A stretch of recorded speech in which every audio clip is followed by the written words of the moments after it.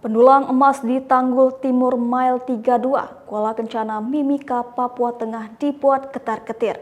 2 hari berturut-turut sebanyak 10 kamp penambang emas di Tanggul Timur Mile 32 terbakar. Pembakaran terjadi pada Senin 21 April 2025 dan Selasa 22 April 2025 pukul 10 waktu Indonesia Tengah. Kapolsek Kuala Kencana AKP Jamie Reinhardt menyatakan bahwa 5 kamp dibakar pada hari Senin dan 5 kamp lainnya pada hari Selasa, sehingga total menjadi 10 kamp.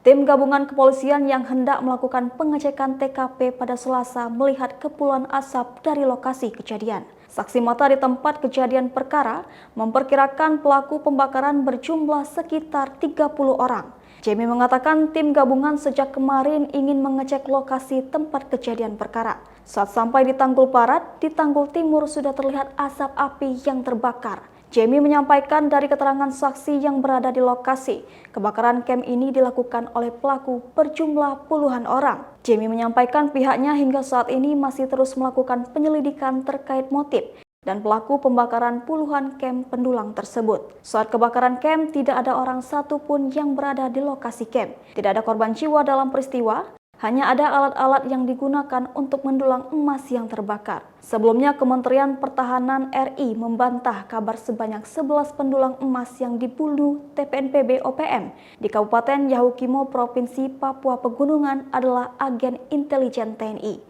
Kepala Biro Informasi Pertahanan sekaligus juru bicara Kementerian Pertahanan Brigjen TNI Frega Wenas mengatakan TPNPB OPM memiliki perwakilan di luar negeri untuk menyebarkan propaganda yang tidak benar. Bahkan kata Frega, propaganda yang dibuat TPNPB OPM bahwa pendulang emas di Yahukimo yang mereka bunuh adalah intelijen TNI telah dimuat di media asing.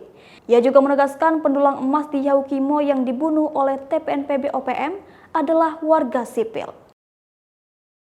Download Tribun X sekarang, menghadirkan lokal menjadi Indonesia.